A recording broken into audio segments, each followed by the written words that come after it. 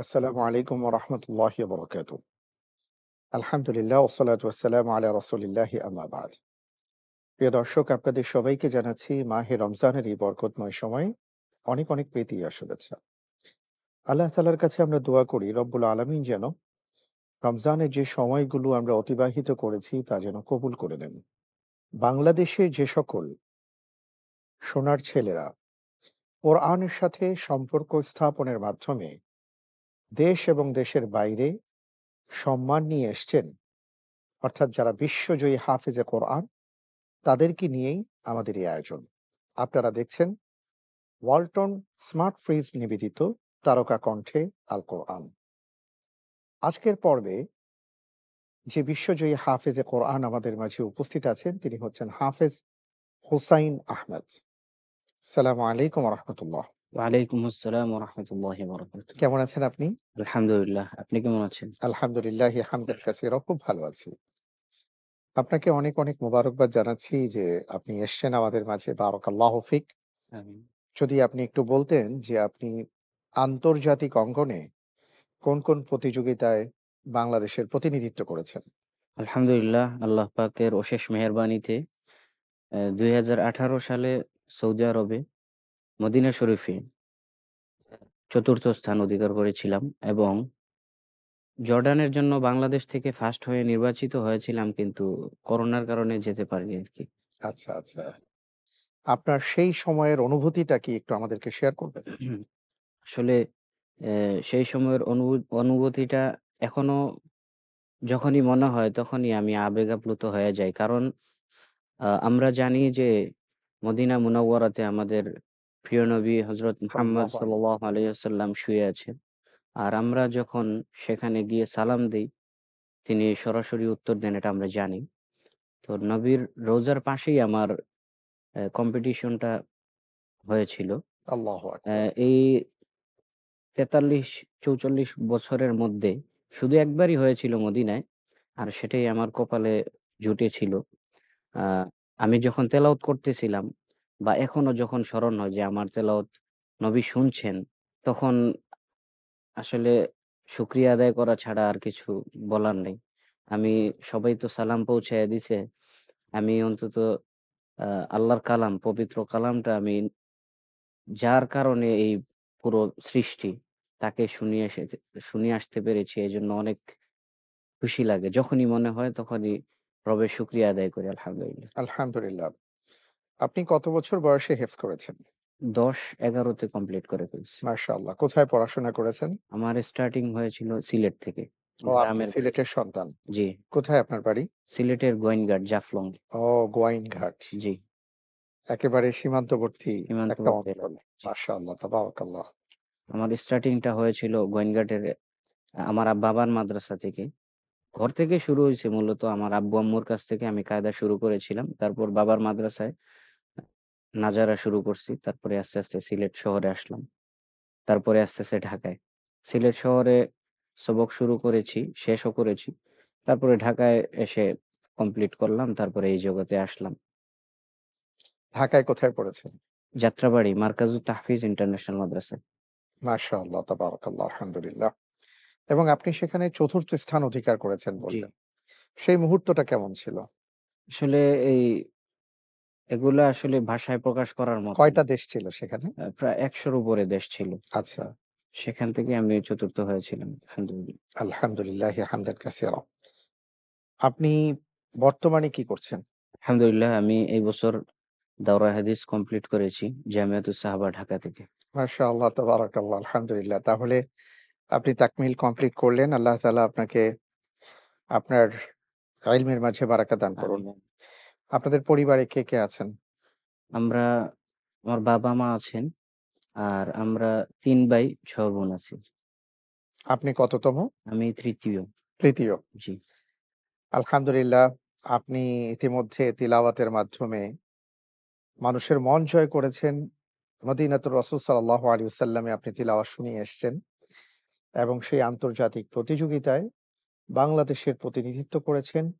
৪র্থ স্থান অধিকার করেছিলেন হাফেজ হুসাইন আহমেদ। হাফেজ হুসাইন আহমেদ আমি বলেছিলাম যে আমরা আপনার তিলাওয়াত শুনবো ইনশাআল্লাহ তাআলা। আমরা সবাই সেই অপেক্ষায়, তাহলে আর দেরি না করি।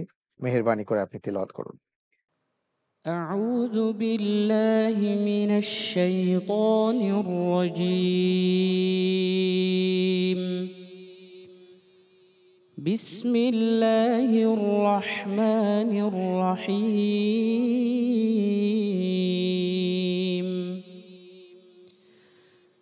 لله ما في السماوات وما في الأرض، وإن تبدوا ما في أنفسكم أو تخفوه يحاسبكم به الله، فيغفر لمن يشاء ويعذب من يشاء، والله على كل شيء قدير. آمن الرسول بما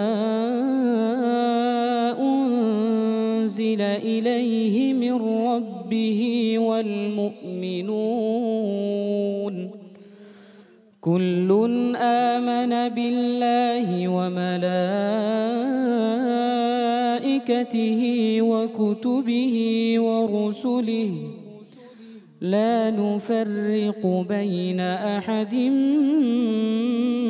من رسله، وقالوا سمعنا وأطعنا غفرانك ربنا وإليك المصير. لا يكلف الله نفسا إلا وسعها، لها ما كسبت وعليها ما اكتسبت، ربنا لا تؤاخذنا إن نسينا أو أخطأنا، ربنا ولا تحمل علينا إصرا كما حملته على الذين من قبلنا، ربنا ولا تحملنا ما لا طاقة لنا به، واعف عنا واغفر لنا وارحمنا أنت مولانا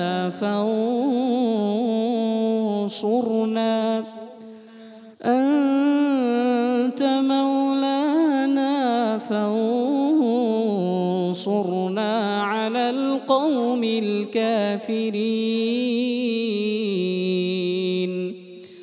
صدق الله العظيم. মাশাআল্লাহ, তাবারাকাল্লাহ। আল্লাহু ইয়াহইয়িক। আমি কি বলবো আপনার এই তিলাওয়াতের পরে, আমার কোনো ভাষা নেই। যে এমন এক মধুর সুর, যে সুরে আমরা সবাই হারিয়ে যাই। আমি এবার যে বিষয়ে আপনার কাছে জানতে চাই যে আলহামদুলিল্লাহ আপনি দাওরাতুল হাদিস শেষ করেছেন। আপনার ভবিষ্যৎ পরিকল্পনা কি? আপনি কতদূর যেতে চান? আপনি কি করতে চান? আমি পড়াশোনা চালিয়ে যাব ইনশাআল্লাহ। পাশাপাশি আমি আমার সিলেটে আমার এলাকায় একটি মাদ্রাসা শুরু করেছি আলহামদুলিল্লাহ। আমি চাই আমি যেইভাবে তেলাওয়াত করি এর থেকেও ভালো যেন তেলাওয়াত করতে পারে।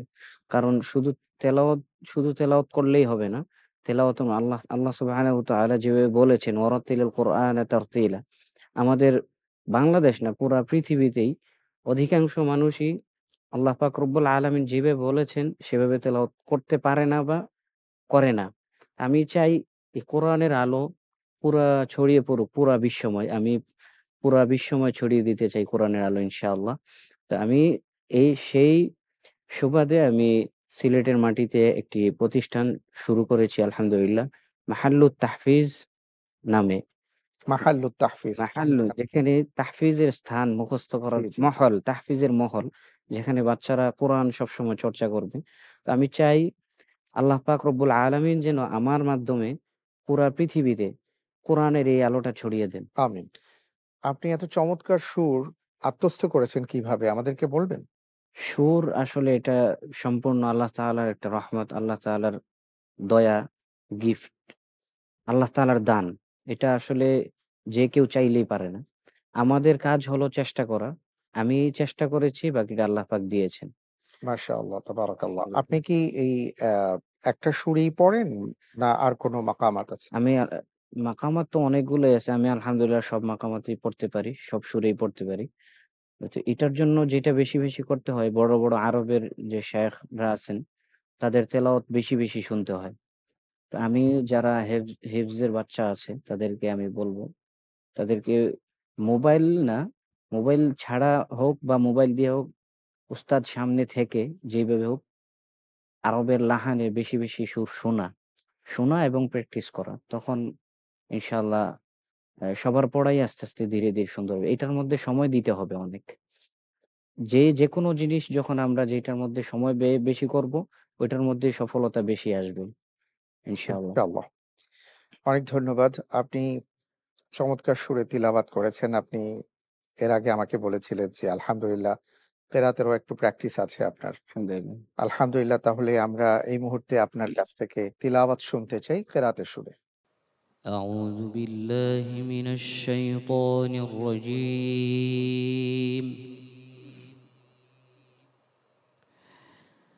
بسم الله الرحمن الرحيم.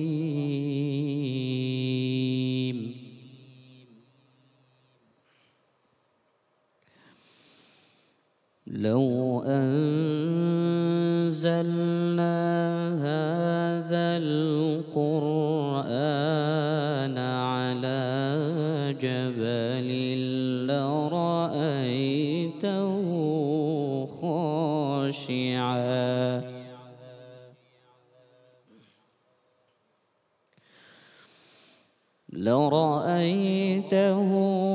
خاشعا متصدعا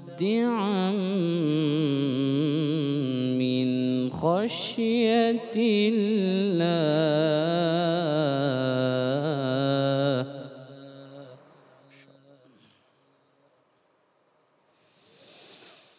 وتلك الأمثال نضربها للناس لعلهم يتفكرون.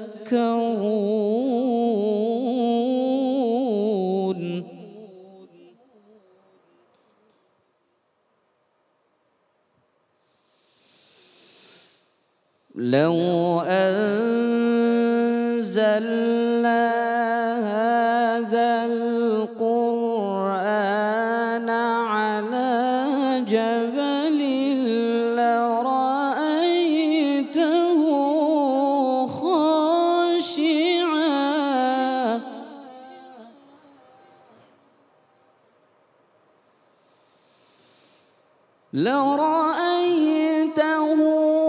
خاشعا متصدعا من خشية الله.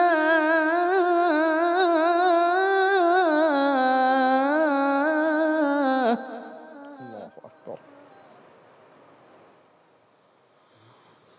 وتلك الأمثال نضربها للناس لعلهم يتفكرون.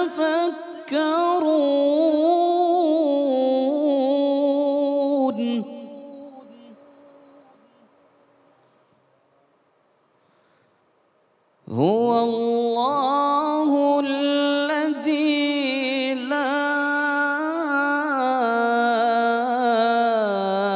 إله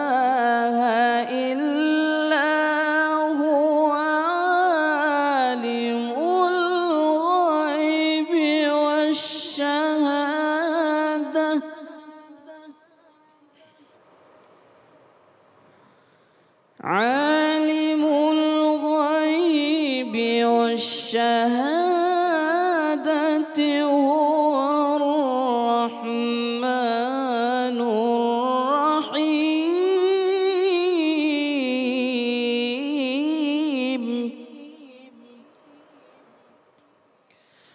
هو الله الذي لا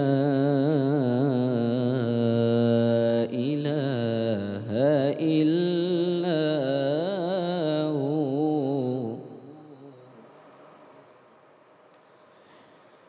الملك القدوس السلام المؤمن المهيمن العزيز الجبار المتكبر. سبحان الله عما يشركون.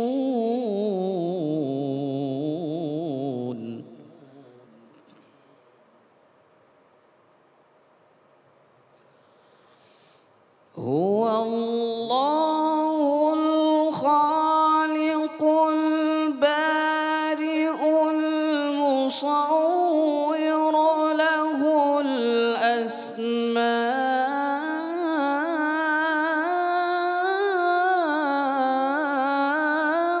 الحسنى.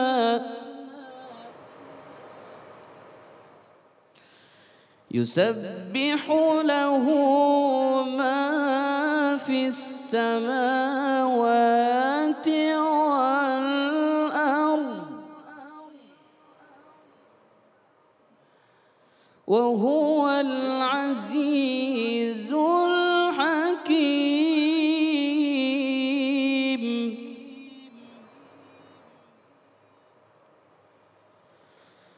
بسم الله الرحمن الرحيم.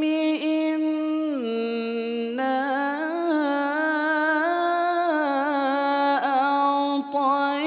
أعطيناك الكوثر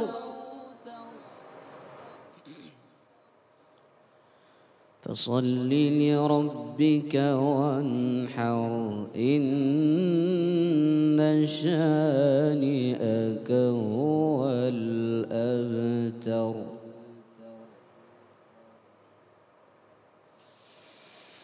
بسم الله الرحمن الرحيم.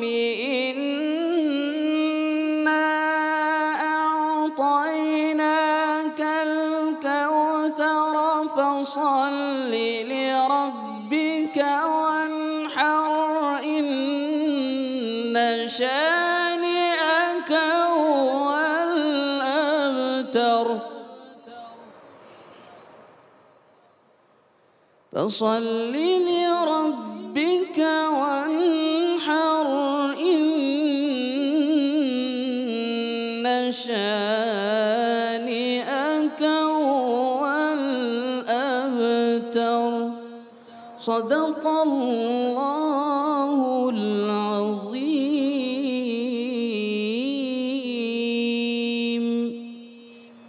মাশাআল্লাহ, তাবারাকাল্লাহ, হাইয়াকাল্লাহ। অসাধারণ আপনি কেরাত পড়লেন। তিলাওয়াতও যেমন সুন্দর মাশাআল্লাহ, তিলাওয়াতের পাশাপাশি কেরাতও অপূর্ব। আল্লাহ তাআলা আলহামদুলিল্লাহ। আপনাকে কবুল করুন। আজকে আর আমিন। আমাদের হাতে সময় নেই। বিদায় নিচ্ছি। আপনার জন্য অনেক, অনেক দোয়া রইল। জাযাকাল্লাহ খায়ের। প্রিয় দর্শক, আলহামদুলিল্লাহ আমরা অসাধারণ আমাদের ভাইয়ের কাছ থেকে তিলাওয়াত শুনলাম, কেরাত শুনলাম। আমরা তার জন্য দোয়া করব এবং আমরাও চেষ্টা করব কোরআনের সাথে থাকার।